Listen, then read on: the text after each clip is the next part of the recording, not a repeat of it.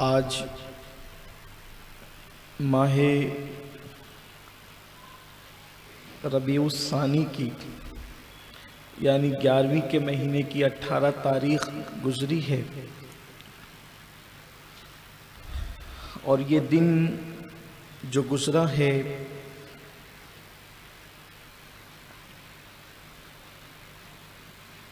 आफताब सिलसिले चिश्तिया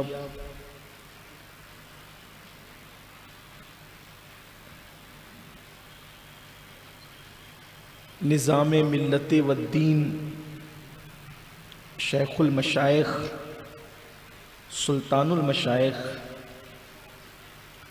सैयदना ख्वाजा निज़ामुद्दीन औलिया रहमतुल्लाह अलैह के विसाल का दिन गुजरा है और साथ ही साथ 2 दिन कब्ल मुर्शिद आज़म हिंद हुजूर सैयदी अहसनुल उलमा सैयद मुस्तफ़ा हैदर हसन हुजूर सैयदी अमीन मिल्लत के वालिद बुजुर्गवार उनका यौम विसाल भी गुजरा है। इसलिए आज याद हसन भी है और उर्से हुजूर महबूब इलाही की तकरीब भी है और उसी मुनासिबत से कुरान मुक़द्दस की आये करीमा के हिस्से की तिलावत करने का शरफ़ हासिल किया है। अल्लाह तबारक व तआला इरशाद फरमाता है सिबग़तुल्लाह वमन अहसनु मिनल्लाहि सिबग़ा, अल्लाह के रंग में रंग जाओ, अल्लाह का रंग लो, इसलिए कि अल्लाह के रंग से बेहतर और कोई रंग नहीं है। मुफस्सिरीन इस आये करीमा की तफसीर में लिखते हैं कि अल्लाह के रंग से मुराद अल्लाह तबारक व ताला की मोहब्बत का रंग है कि अल्लाह की मोहब्बत के रंग में रंग जाओ और कायनात विलायत के अंदर जिनको अल्लाह तबारक व ताला ने महबूबियत का मकाम अता फरमाया है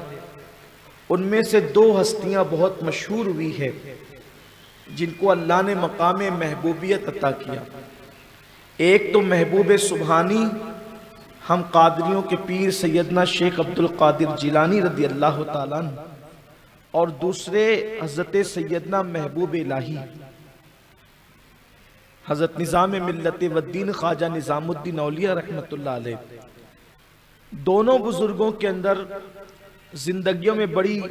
मुशाबहत भी है। एक तो ये कि दोनों का यौम विसाल एक ही महीने में है और फिर उसके बाद हजरत महबूब इलाही रहमतुल्लाह ताला अलैह ने अपनी जिंदगी के अंदर जो तजदीदी कारनामा अंजाम दिया और जो दीन को नई जिंदगी अता की, हयात नौ अता की, वो हुजूर गौसे पाक रदी अल्लाह ताला की जिंदगी में हम जो देखते हैं उसका आईना हमें यहाँ नजर आता है। जो तसर्रुफात, जो करामात जो हम हुजूर गौसे पाक की जिंदगी में पढ़ते हैं उसका अक्स जमील हजरत महबूब इलाही की जिंदगी में नजर आता है। हजरत सैयदना महबूब इलाही एक तो ये कि वलियों की कायनात के अंदर, कायनात विलायत के अंदर जैसे मकाम कुतबियत है, मकाम गौसियत है, तो ये मकाम कुतबियत है, मकाम गौसियत है, इसके ऊपर एक मकाम है जो मकाम महबूबियत है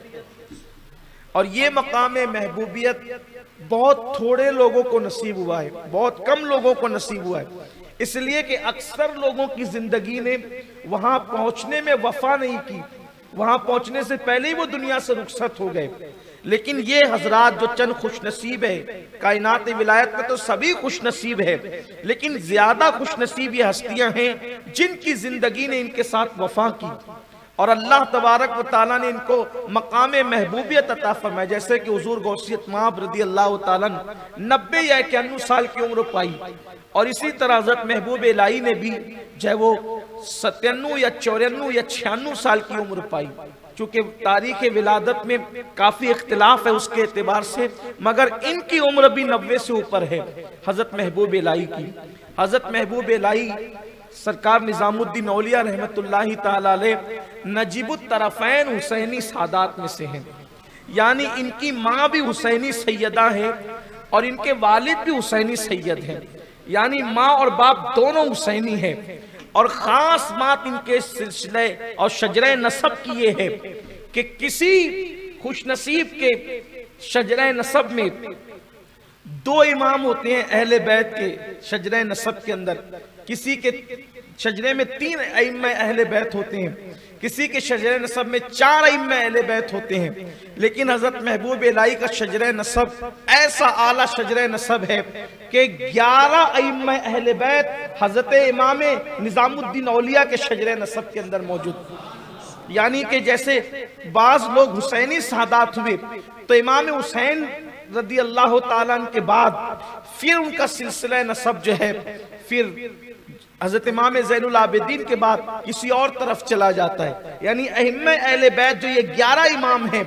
इनके नाम नहीं आते, फिर कि कोई इमाम बाकिर की औलाद में से तो फिर कोई और शाख निकल जाती है, कोई इमाम जाफर सादिक की औलाद में से तो फिर कोई अलग शाख निकल जाती है। लेकिन हजरत महबूब इलाही का शजरा नसब जो है इमाम अली, इमाम हुसैन, इमाम ज़ैनुल आबिदीन, इमाम मोहम्मद बाकिर, इमाम जाफर सादिक, इमाम मूसा काजिम, इमाम अली रजा, इमाम तकी, इमाम नकी, इमाम हसन अस्करी, यानी ये सारे अइम्मा अहले बैत हजरत महबूब इलाही के शजरा नसब में शामिल है। ये बुखारी सादात में से है, हजरत निजामुद्दीन औलिया रहमतुल्लाहि ताला अलैह। और जब आपके दादा और आपके नाना जो है वो बुखारा से हिजरत करके लाहौर तशरीफ लाए और लाहौर के बाद फिर ये हजरात बदायूं शरीफ, जिसे मदीनतुल औलिया कहते हैं, हिंदुस्तान में उत्तर प्रदेश में एक बहुत मुबारक शहर है जिसको बदायूं कहते हैं और वो मदीनतुल औलिया कहलाता है, औलिया का शहर कहलाता है, औलिया की बस्ती। वहां पर लाहौर से फिर ये हजरत तशरीफ लाए और आपके वालिदे बुजुर्गवार हजरत महबूब इलाही के वालिदे बुजुर्गवार सैयद अहमद अल हुसैनी रदी अल्लाह ताला को बदायूं का काजी मुकर्रर कर दिया गया। और आपके नाना ने अपनी बेटी राबिया असर, वलिया असर, बल्कि अजीम वलिया हजरत सैयदा जुलेखा, आपकी वालदा का नाम जुलेखा रदी अल्लाह ताला अन्हा, उनका निकाह आपके वालिदे बुजुर्गवार के साथ कर दिया। जब ऐसा सदफ और ऐसी सीप नसीब हो तो उसके बाद फिर अंदर का मोती बड़ा कीमती होता है। हजरत महबूब इलाही की वालिदा सैयदा जुलेखा खातून रदी अल्लाह ताला अन्हा बड़ी अजीम खातून थी, वलिया थी। हजरत महबूब इलाही फरमाते हैं कि मेरे बचपने में मेरी तरबियत मेरी माँ ने बड़ी अजीम शान से की, बल्कि जब आपके वालिदे बुजुर्गवार का इंतकाल हो गया, विसाल हो गया, आज भी बदायूं शरीफ में आपके वालिदे बुजुर्गवार का मज़ार मुबारक मौजूद है। तो फरमाते हैं कि मेरे वालिद का जब विसाल हो गया तो फिर कुछ अच्छे हालात घर के नहीं रह गए। माँ ने चरखा काट कर मेरी परवरिश की, कई कई दिन तक फाके से रहते हम लोग, माँ और बेटे कई कई दिन तक फाके से रहते। लेकिन जिस दिन फाका होता उस दिन माँ कभी ये नहीं कहती कि बेटा हम फाका करेंगे, बल्कि जिस दिन फाका होता उस दिन माँ कहती बेटा आज हम अल्लाह के मेहमान हैं। जब माँ कहती कि आज हम अल्लाह के मेहमान हैं, मैं समझ जाता कि अब खाना नहीं मिलेगा। और कई दिन तक के जब फाका नहीं होता तो फिर वो जो जुमले की लज्जत थी, माँ के जुमले की लज्जत कि आज हम अल्लाह के मेहमान हैं, जब कई दिन तक के खाना मिलता रहता तो मैं माँ से सवाल करता, अम्मी हम अल्लाह के मेहमान कब बनेंगे, अम्मी हम अल्लाह के मेहमान कब बनेंगे। एक माँ का अंदाज़ तरबियत देखें। और बल्कि अल्लाह अकबर, ये बात मैंने कभी अर्ज की थी लेकिन आज बिलखुसूस खवातीन सुन रही है तो मैं उनसे भी अर्ज करना चाहता हूं कि हजरत महबूब इलाही फरमाते हैं कि जब उदूरी मुकम्मल हुई और बदायूं शहर के लेवल पर जब मेरी तालीम की तकमील हुई तो उस वक्त मेरे उस्ताद ने फरमाया कि बेटे उलमा के और मौजूदा दौर के कानून के मुताबिक हम तुम्हारी दस्तारबंदी करेंगे, तुम्हारी दस्तार होगी। तो तुम अपनी अम्मी से कहना कि इतने पैसों का इंतजाम करें कि दस्तार बंदी की जाए। तो मैंने पूछा कि दस्तार में क्या होता है, तो कहा कि अमामा बांधा जाता है, अमामे का इंतजाम करें। और जो उलमा और मशाइख अमामा बांधने के लिए आते हैं उनके लिए दावत का एहतमाम किया जाता है।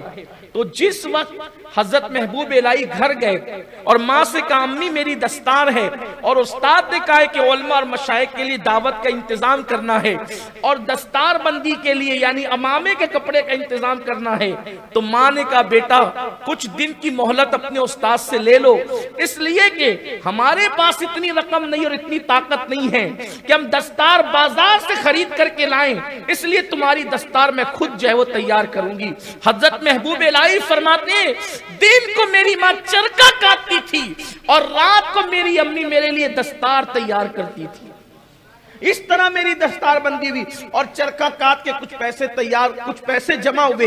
और मजीद पैसों की जरूरत थी, तो मेरे उस्ताद ने उसमें पैसे बढ़ा करके अपनी तरफ से मिला करके जो है वो इंतजाम किया। और जब दस्तार मुझे बांधी गई तो मैंने अपने असातिज़ा के कदमों में सर रख दिया। जब मैंने सर रख दिया तो वहां पर बहुत से औलिया थे, उन्होंने फरमाया कि झुकने वाले को खुदा बुलंद करता है। हम देख रहे हैं कि आज का ये झुकने वाला बच्चा कल का सुल्तानुल मशाइख होगा।